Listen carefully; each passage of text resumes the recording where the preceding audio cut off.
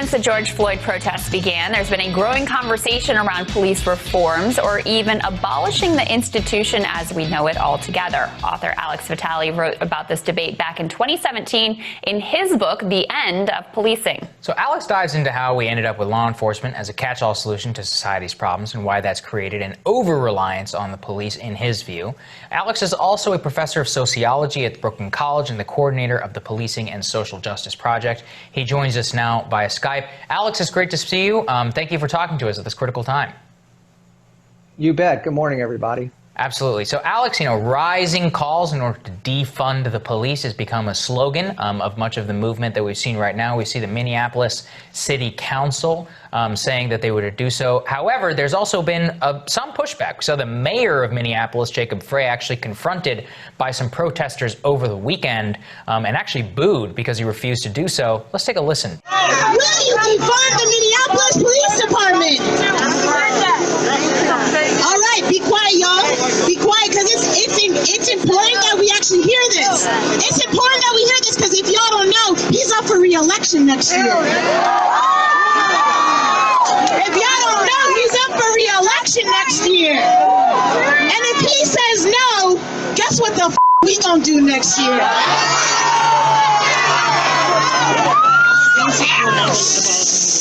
What'd you say? Are they loud? I do not support the full abolition of the police. All right, get the fuck out of here! Go, get out of here! Quite a moment there that we saw, Alex.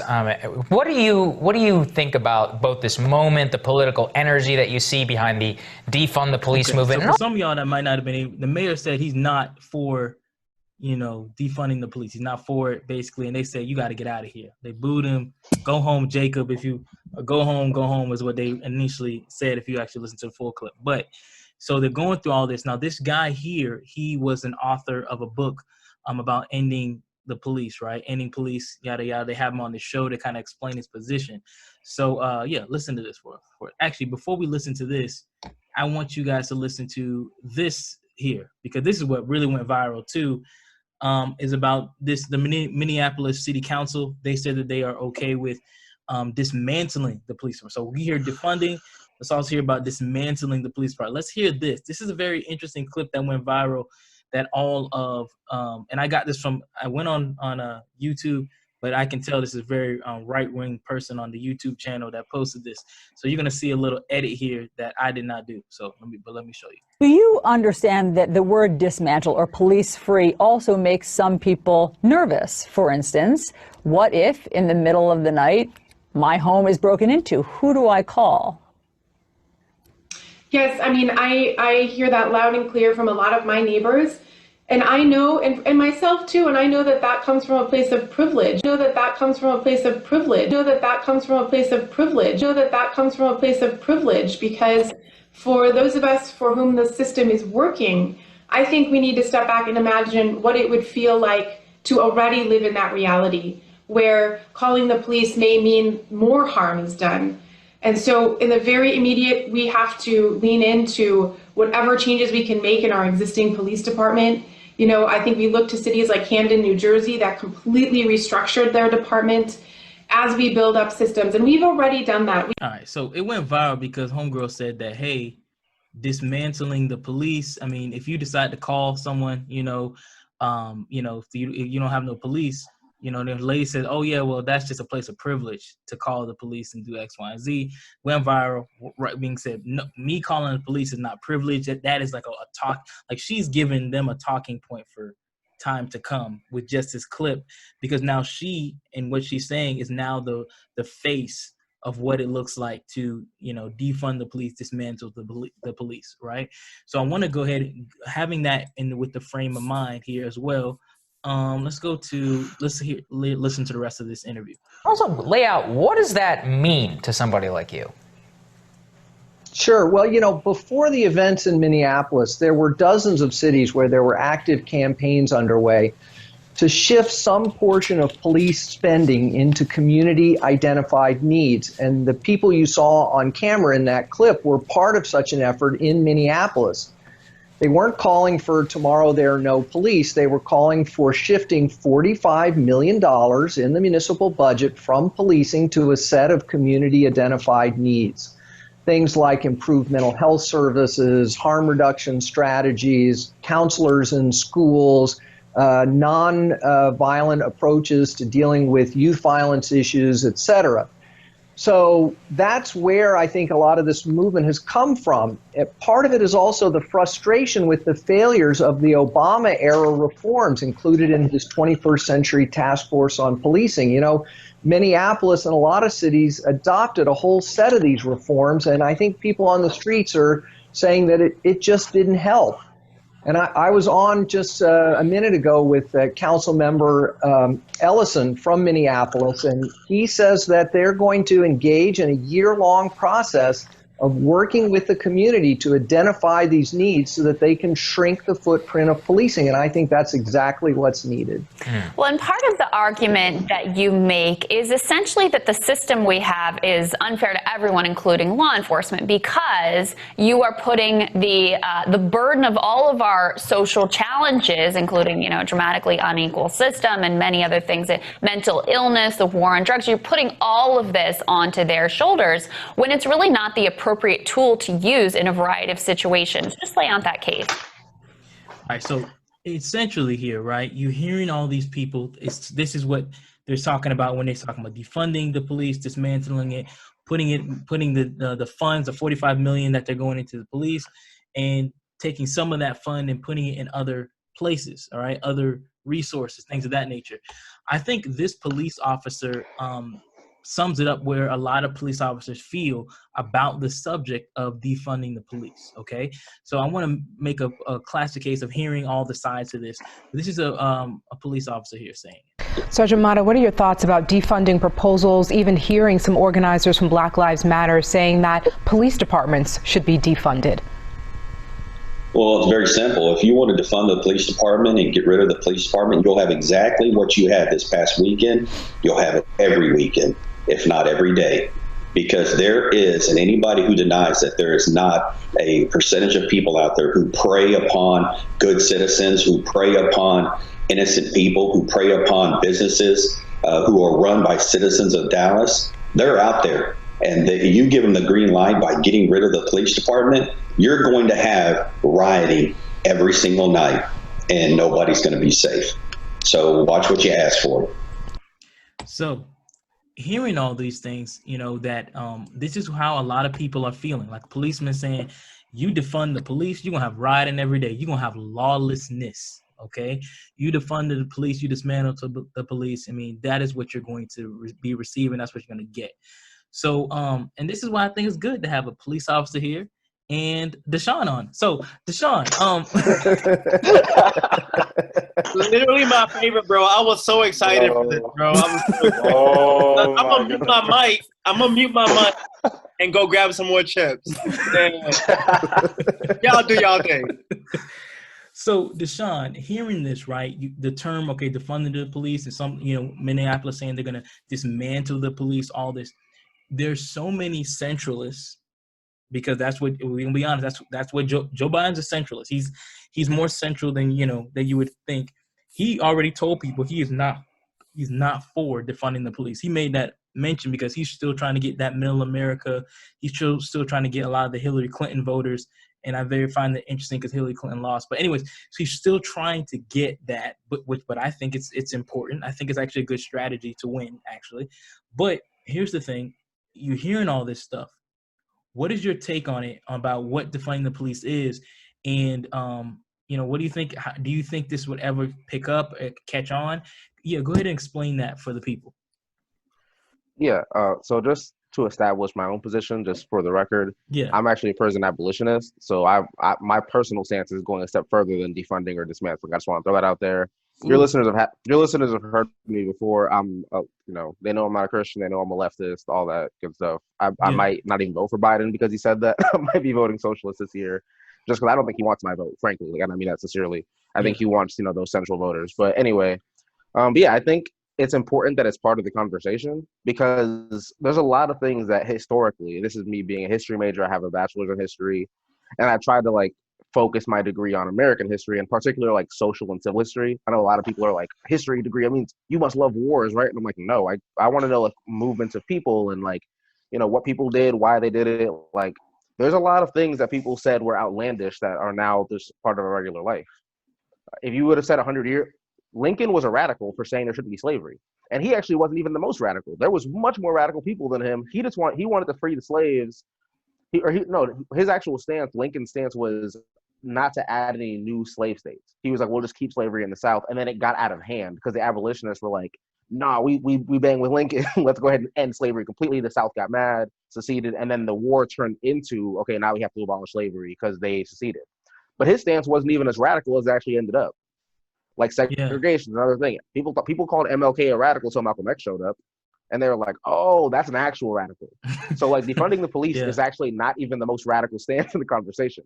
Like I said, the organization I work with, we're a prison abolition group. Like we fundamentally think that prisons and police are obsolete, and that like I said, they serve more harm than good, particularly for Black people, for Black and poor people, really, not just, you know, Black people of any class and poor people.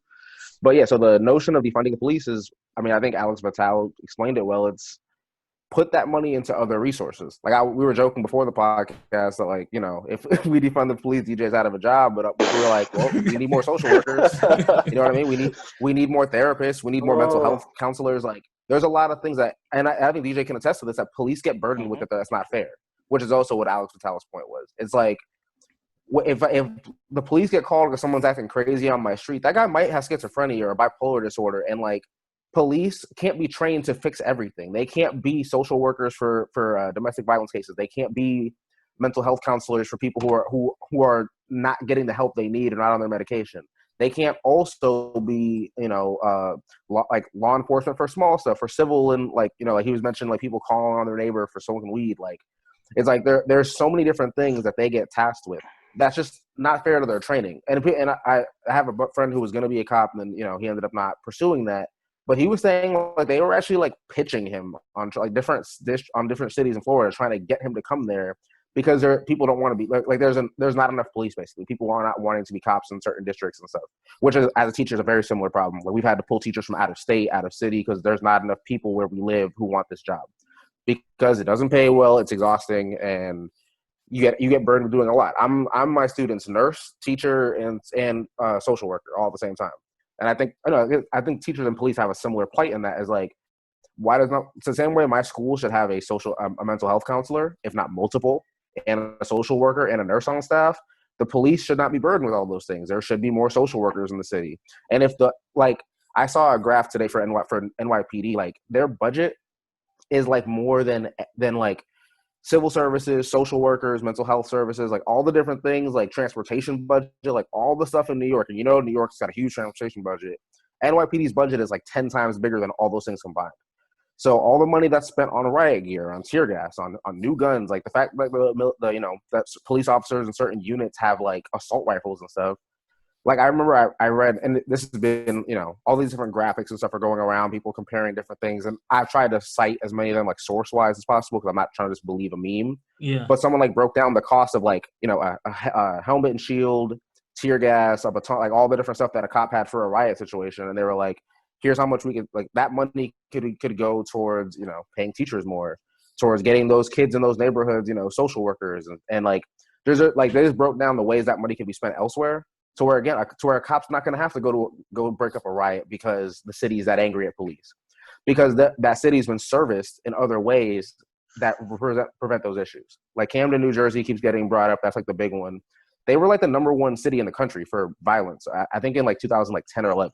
I remember because I have a friend who's from there. They were the most violent city in the country, not Chicago, Camden, New Jersey, which is a random city that people don't even really know about, but it's like the super ghetto of New Jersey.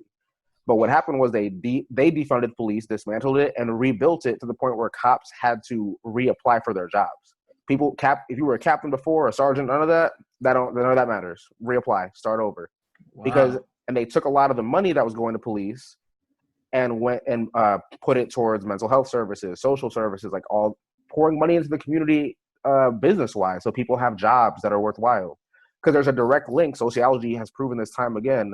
There's a direct link between poverty and violence. People who are poor commit more crimes because they have to. They don't see the options. So if those communities have jobs that pay better, because you can't just be like, well, we'll build a McDonald's. Well, everyone's getting paid $8 an hour. People are still going to be violent and involved in crime.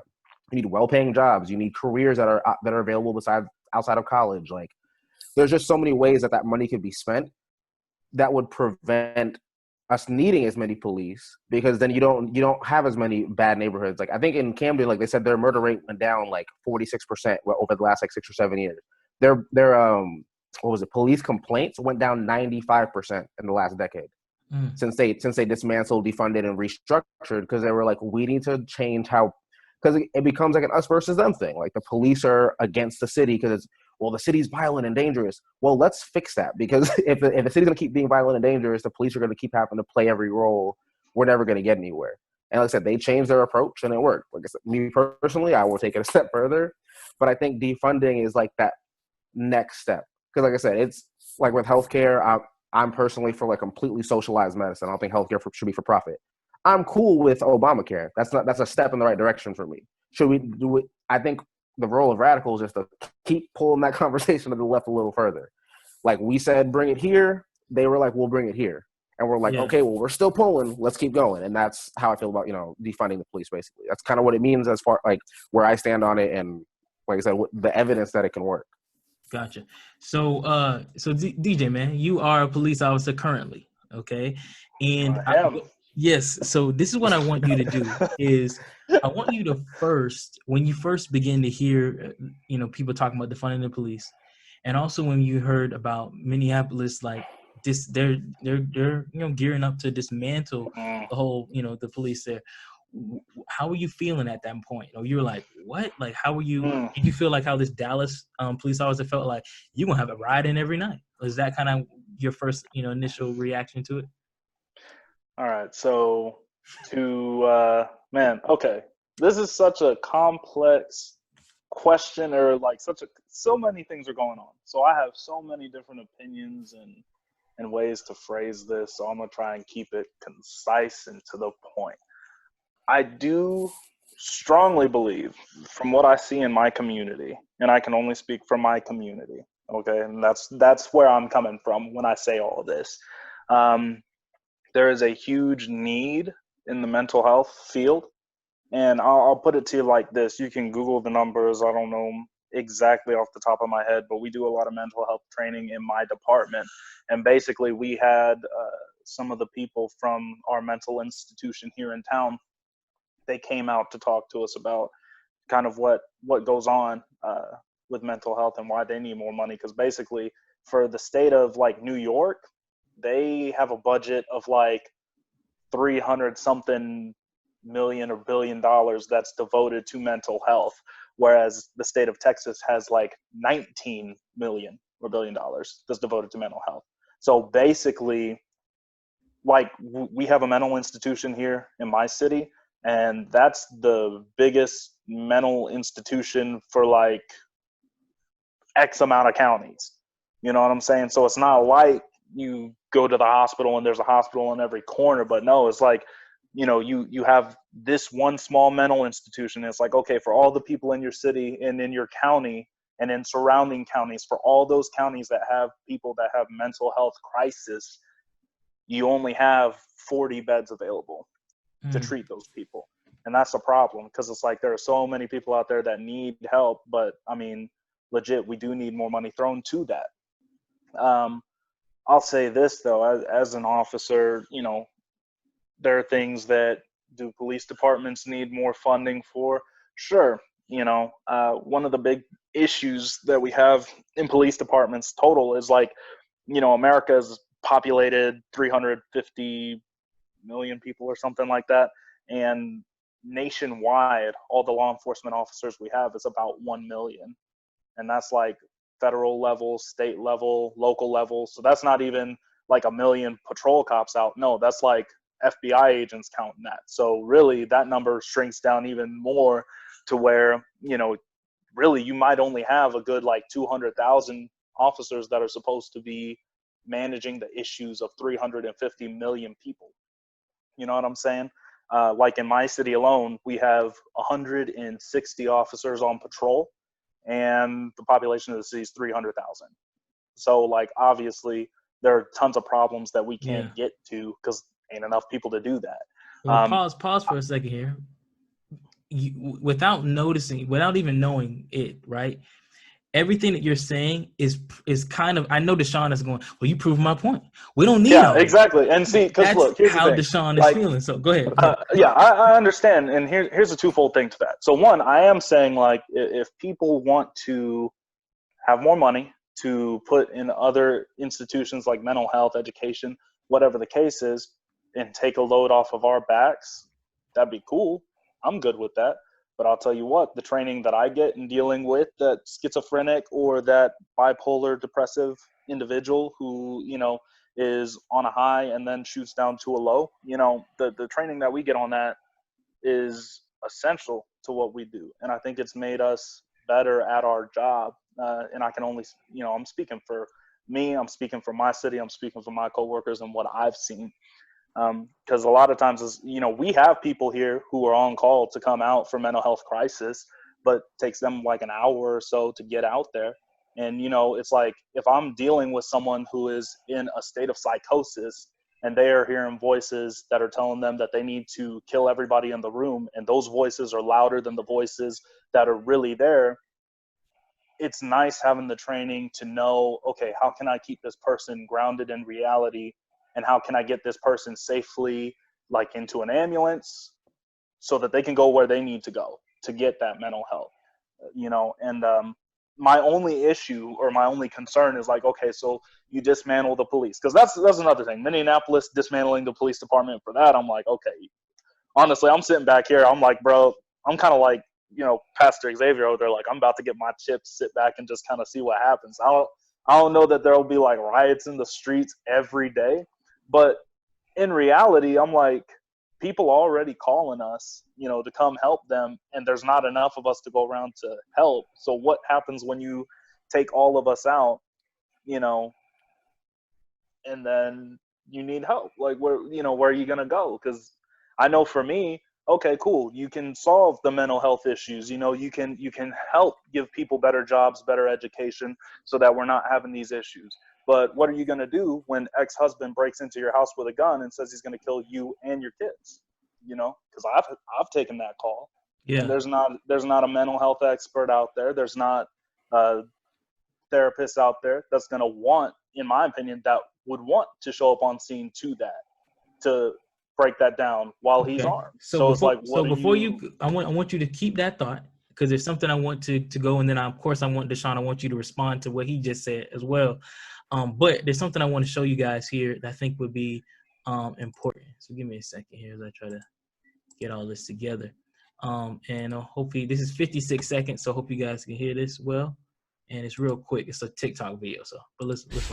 Okay, boom, properly done city budget. Now, take the idea if this is a city budget. The idea is really not that revolutionary. What you got? Housing, you got, parks and recs, you got education, then you got the police budget.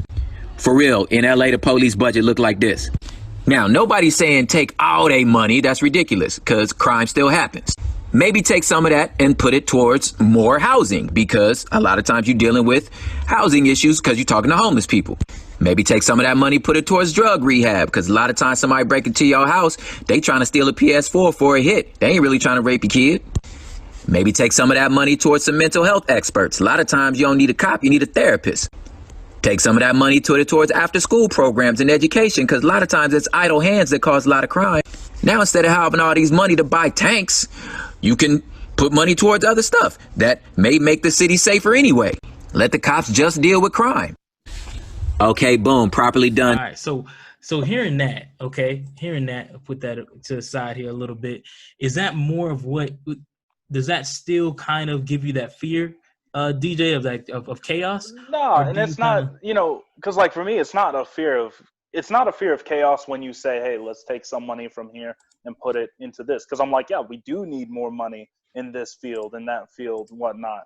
I think what causes more fear is when people are like, hey, let's dismantle the police, and let's take the police out entirely. Just because to me, I'm like, okay, there are socioeconomic issues that we can solve, but then there are issues that aren't socioeconomic. I mean, because look, socioeconomic isn't going to keep homeboy from beating his wife's face in. You know what I'm saying? That's just not going to happen, because if somebody's going to do that, they're going to do that, in my opinion.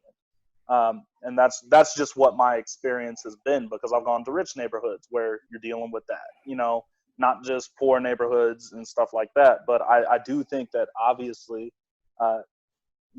most crime happens in poor neighborhoods. So if we could fix that problem, then yeah, that would eliminate a lot of crime, but you're not going to eliminate all of it. So why would you dismantle police is my question. So you're okay with the idea, okay, because it's just an idea, the idea of maybe defunding the police and redistributing it to to other things, other social issues, which may help the crime in general. So you're more interested in that. You're not into the utopia of the idea of actually dismantling the police completely. Am I understanding your? Yeah, I like my job. Don't take it away from me. You know what so I'm don't saying? take it, but at least maybe taking a little bit of this and doing. And to be honest, it's not that radical of an idea. There's been people saying this about our military budget in America. I think our military budget, me personally, I think it's a little too big, too much. We can scrape a lot off of that and put it to other things. Things like healthcare, maybe. Anyway, that's just me, though. I'm just weird and crazy, and this is a Weird Pastor Gay podcast. Take a little bit of that military budget and help people with it when it comes to healthcare. But that's just me, though. But Deshaun, when you hear like some of this stuff, the video I just showed, and also with the things DJ is saying, and how do you feel about that? Like, what he's mentioning. Yeah, I mean, like I said, I agree with him on like I said, there's crimes that cannot be addressed, of course, by like a mental health counselor, by a social worker. There's crimes because this is me being frank and being honest. I haven't read everything I want to read on prison abolition. This is still kind of a new idea to me. I've kind of I know a lot of people think you get radicalized because you see a meme and you're like, yo, but I'm like, no, I've read books and I'm approaching the idea and trying to like become more educated on it. The organization I joined that's not the only thing they do, but that is one of their stances. So I was like, I think I agree with some of the literature I read from them. And I was like, all right, well, let me start independently researching and stuff. So I just want to clarify that I don't know everything. So please don't, at me on Twitter and be like, well, what about the rapists? Like, please, because we haven't addressed every issue. But I have heard that a lot where people are like, what about the murderers and the rapists? What do you do with them? Well, like I said, our approach in general as a prison abolitionist is that like the reason prison and police, like as we say, don't work for murderers and rapists. Yes, you get them off the streets, but no, we don't solve the issue societally because we have a punitive justice system that's punishment based. So for the most part, people don't commit crimes because they're afraid of the punishment, which is how you teach kids not to do stuff. You know what I mean? It's how you teach a 5-year-old. Well, if you do this, you're going to get a spanking, or if you eat this cookie, your stomach's going to hurt. It's like a fear of punishment, and we've society's done that for centuries and millennia. And I think the goal is to evolve a little bit past that. And this is actually like it's still a pretty, I wouldn't say new. It's a new concept to me. I don't think it's super new. It's been written about for years now, but it's called restorative justice, which the whole point is that the point of justice is not like an eye for an eye. You know what I mean? It's not about like, well, we're going to punish, you got murdered, you took a life away, so we're going to take your life away by killing you or by putting you in prison forever. Like the point is restoration of both the person who did the wrong and restoration of the party harmed. So, and my school doesn't do this. I'm trying to push for this. And this is, I live in a pretty conservative area. So like, it's not a thing here, but it is in a lot of bigger cities. And I know people who work in mental health who are doing similar things like in the city I live and work in, where like, if kids get in a fight, we don't just suspend the 2 kids for a week because that doesn't squash the issue between those 2 kids. We had a gang fight, not at my school, but in a school in my district. I say gang loosely because it's a bunch of freaking 15-year-olds who have no street credibility, nothing to be fighting over. But it actually happened because of one of my students. So when I heard about it, I was like, yo, that's crazy. But what happened was all the kids got suspended for a week, and when they came back to school, they still had issues with each other. But that's punitive justice. Like, well, we just gave them a punishment. Hopefully that punishment was enough for them to not do it again. The goal of restorative justice is how do we make it so that that fight doesn't happen in the first place? And if it does happen, how do we get those kids to sit down and figure out what is the actual problem here? Because, at least in education, teenagers and kids are dumb. I'll say kids are dumb. They fight over dumb stuff. They beef over dumb stuff. And if we can restore those relationships rather than just punish them, we can avoid some of the problems. And I think for a lot of crime, again, we're not talking murder and rape. And even murder and rape, there is a level of restorative justice there. I have read some books about like rape victims and rapists and like psychologists and sociologists trying to figure out how you can, because you can't know if somebody actually has empathy or not, but there is like signs that like a rapist is empathetic to their victim, like afterwards, after being rehabilitated, that can not prove they're not a threat, because you can never know if they'll rape again, but it show like there's a correlation that they're less likely to repeat their crime. Whereas people who get, you serve 15 years for a rape and you didn't actually get any rehabilitation or counseling, there's a good chance you get out, you still haven't learned anything about why rape is bad. You just served your punishment. You're like, all right, well, hope I don't get caught next time. Because, I know we're all black kids, we all got whooped. How many times did you get whooped and all you learned was don't get caught next time? You didn't learn that don't do this thing. You learned, okay, let me chill out. Let me cover my tracks a little better. So like I said, I think that's kind of the point of restorative justice, is like, because that's the thing with kids, is like teach them why they should not do this thing, not to fear what will happen if they do this thing. Like why internally, like have that intrinsic motivation that I shouldn't do it because it's bad or it'll hurt somebody, and have that empathy, which is where a lot of crime comes in. If you have empathy for a victim, you won't commit the crime. So like I said, murder and rape are still things that I'm trying to read up on how they handle them. But like the goal for a lot of things below that bar is like community policing, like, because that's what black people were doing for decades, like not like inadvertently, because we couldn't call the police because the police would come and make things worse. If Jimmy's beating on his girl, well, the neighborhood handles Jimmy. You know what I mean? And I'm not saying like, we go beat Jimmy up, but we handle what's going on, get Jimmy away from his girl, try to help his girl. Like there's an element of the community coming together to help that person. Because if you call like a lot of black people, I know if I know Jimmy's beating his girl, I'm like, what he's doing is messed up. I need to get his girl away from him. But also if I call the police, what they might do to Jimmy is worse than what I feel like he deserves. Yeah. Especially historically. Like if in the 40s, 50s, and 60s, black people were like, if I call the police, Jimmy ain't never coming back. Even though like he's doing a wrong thing, they might kill him. They might lynch him. They might, who knows what could happen to him. They might send him to prison forever and he becomes slave labor or whatever for the rest of his life. So I think like black people have already kind of done community policing because we don't really call the cops that much unless things get crazy. I know personally, I've never called the police because I was taught not to, because it's like things get worse if you call them most of the time. My dad, my parents have called the police because someone was trying to jump my brother, and my dad and brother got arrested because my brother was getting jumped. So it's like we don't call because things don't get better when we call. Yeah. You know what I mean? Wow. So I think black people have already practiced community policing in some ways, and it's about making it more concrete overall. And I do think, to bring it back to that one lady talking about a privilege to call the police, I read an interesting op-ed this week from a white lady who was like, white people, we already kind of live without police anyway. Police don't patrol our neighborhoods that often. Police don't, we don't interact with police as nearly as often as black and brown people do or poor people do. No one calls the police on my son because he's smoking weed at the park, because everyone knows Jimmy. And, let's just say he's a kid. He's a kid doing kid things. But in the black neighborhood, a cop might drive by while you're smoking weed at the park, and now you got issues. So a white lady was like, we already don't have police pretty much in my neighborhood. Like, she was like, we basically live in a police-free state now. She said the difference is there's not as much crime here because of socioeconomic differences, which, to DJ's point, there are definitely rich dudes who beat on their girls. There are rich rapists, there are rich murderers. That doesn't, some people just have that in them, you know what I mean? Whatever traumas that they went through that caused them to be that kind of person. But yeah, so like I said, the idea of like prison and police abolition isn't supposed to be just like, well, we get rid of all the cops and we're done now. No, there's like a replacement. You can't. I remember something that a preacher, me and Xavier grew up listening to. He was like, if you want to replace a bad addiction, you have to replace that time with something else. You can't just blindly stop doing that thing, because then eventually your idle hands will bring you back to that thing. So it's like, if we want to move away from policing, we have to replace it with different strategies and stuff. Gotcha. And I think that takes time, you know what I mean, overnight. Yeah, because this is how I'm thinking about it. And tell me, like, Deshaun, if I'm like crazy for thinking of it like this. But the way I'm looking at it is like, we're not saying to get rid of police today, right? What we're thinking about is having an idea of what would it look like if we started, because our goal is to get people to commit less crime. So instead of having police officers who, a lot of times they're not, well, I can't say it, they are preventing crime, but for a lot of it, they're there after the fact, after the crime was committed. Now they're investigating to see, how the crime was done. But what can we do to kind of make sure that crime doesn't happen? And some way to do that is some people saying, take some of that budget and put it onto those things, into those other programs that might be able to be more of a help and an incentive. But I think that what would stop it, like what would prevent the goal of less crime anyway is the fact that we still have this war on drugs. Like, my thing is, like, I think what sucks too as well is the fact of, like you mentioned, a kid could be smoking weed and now a police is going in there, or even the Breonna Taylor situation. Like, that situation was all because of drugs.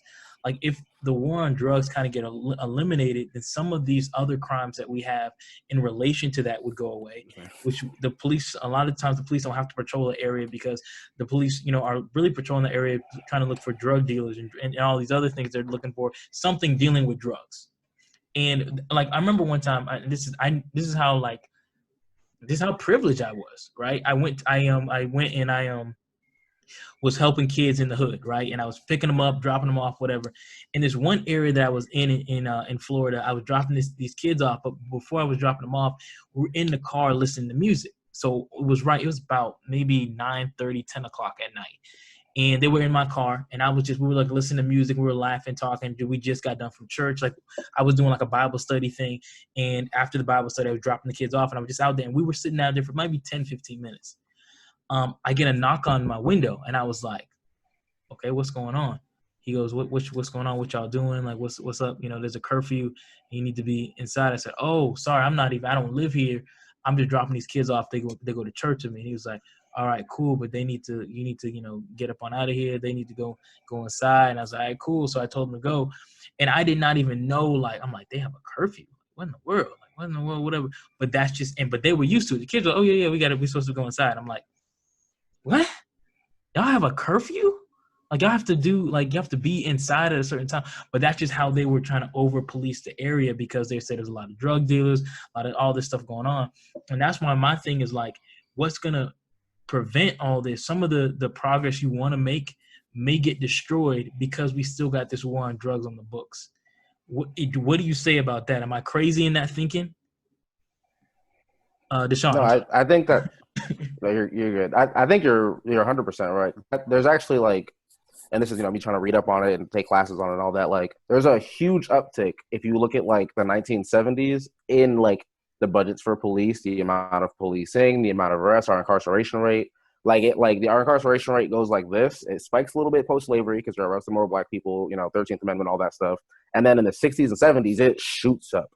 Because it's like we have more people in prison, I think, than every other country in the world combined, or something like that. Like, the numbers are crazy, and it's mostly nonviolent crimes. And I'm you know, obviously being a socialist, I'm a big government person.